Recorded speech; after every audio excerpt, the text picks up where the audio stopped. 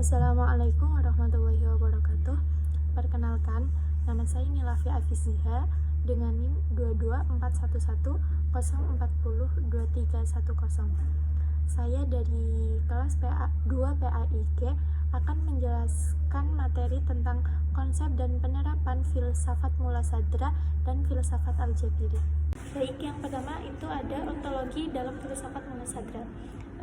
Ontologi sendiri adalah ilmu pengetahuan yang meneliti sesuatu yang ada. Dalam filsafat Islam ada perbedaan antara wujud dengan mahiyah. Sadra sendiri itu berpandangan asalat al-wujud adalah artian wujudlah yang fundamental secara ontologi, sedangkan mahiyah adalah sekunder serta merupakan hasil konseptualisasi atau abstraksi pikiran semata. Selanjutnya, penerapan Mulasadra secara ontologis terdiri atas 3 prinsip yang fundamental, yaitu wahdah al-wujud, taskik al-wujud, dan asalah al-wujud. Mulasadra mempunyai pandangan filosofis terutama pada ontologi dan epistemologi yang memiliki karakter yang kuat pada tipe integrasi, meskipun secara eksplisit ia tidak pernah membahas secara langsung hubungan sains dengan agama. Selanjutnya, yang kedua itu ada konsep epistemologi dalam filsafat Mulasadra. Di sini epistemologi sendiri itu mempunyai arti pengetahuan sistematis yang membahas tentang terjadinya pengetahuan, sumber pengetahuan, asal mula pengetahuan, metode atau cara memperoleh pengetahuan, validitas dan kebenaran pengetahuan, atau yang disebut juga dengan ilmiah. Nah, konsep epistemologi dalam filsafat Mulasadra membagi filsafat kepada 2 bagian utama. Yang pertama itu bersifat teoritis yang mengacu pada pengetahuan tentang segala sesuatu sebagaimana adanya. Terwujudnya tercermin dalam dunia akali, termasuk jiwa di dalamnya sebagai dikemukakan oleh Al-Farabi dan Ibnu Sina. Kedua, bersifat praktis yang mengacu pada pencapaian kesempurnaan yang cocok bagi jiwa. Selanjutnya itu penerapan epistemologi Mulasadra. Epistemologi Mulasadra itu berkaitan erat dengan idenya tentang wahdah, ahalah, tashkik, dan ide perubahan substantif. Menurut Sadra, wujud atau realitas itu hanyalah satu yang membentuk hierarki dari debu hingga singgasana ilahi. Tuhan sendiri adalah wujud mutlak yang menjadi titik permulaan bidang eksistensi, di mana mata rantai wujud bergerak secara konstan menuju titik permulaan itu. Yang ketiga itu ada konsep aksiologi. Aksiologi sendiri itu memiliki arti ilmu pengetahuan yang menyelidiki hakikat nilai yang ditinjau dari sudut kefilsafatan. Dalam konsep ini, Mulasadra lebih menekankan terhadap pesan agama atau wahyu tentang nilai-nilai ketauhidan sebagai awal dan akhir tujuan gerak manusia. Jadi penerapan dari aspek aksiologi sendiri itu menyangkut kaidah-kaidah penerapan ilmu yang sifatnya praktis.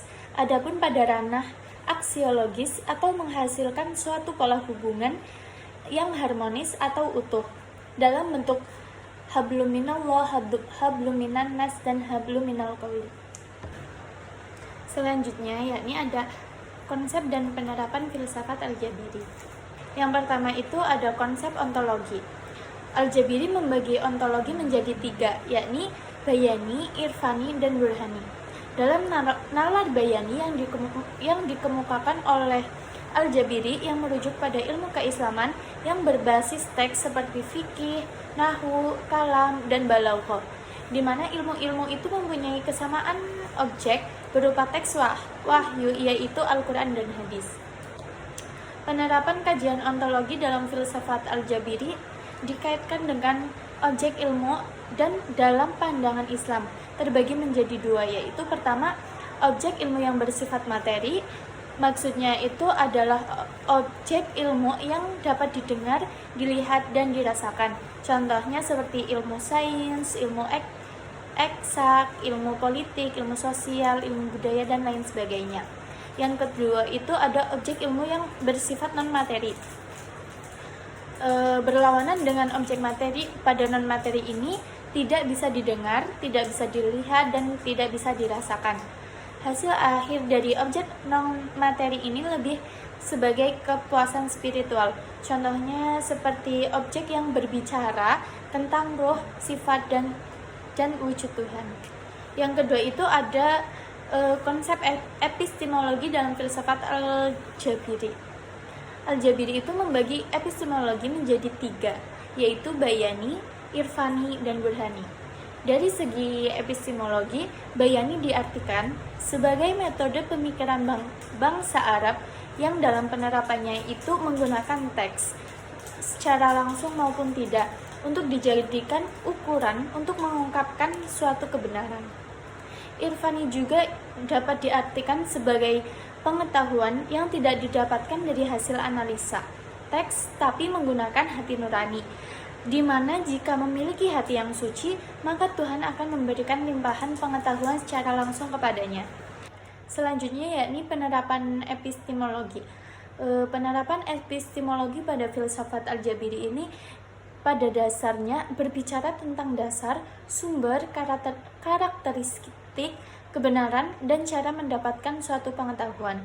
Aspek terpenting yang dibahas dalam epistemologi yaitu sumber pengetahuan dan metode pengetahuan. Selanjutnya yang ketiga itu ada konsep aksiologi.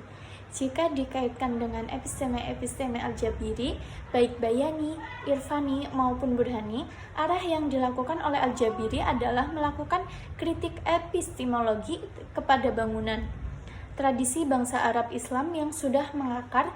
Dia mengkaji kembali sejarah kebudayaan Arab Islam dan menganalisis nalar Arab.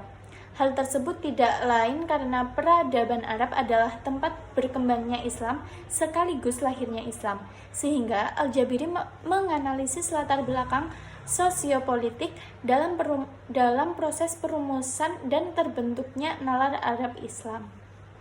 Penerapan aksiologi sendiri itu meliputi nilai-nilai yang bersifat normatif dalam pemberian makna terhadap kebenaran atau kenyataan sebagaimana dijumpai dalam kehidupan manusia yang menjelajahi berbagai kawasan, seperti kawasan sosial, kawasan simbolik, atau maupun fisik material. Mungkin cukup sekian yang dapat saya sampaikan. Kurang lebihnya mohon maaf. Wassalamualaikum warahmatullahi wabarakatuh.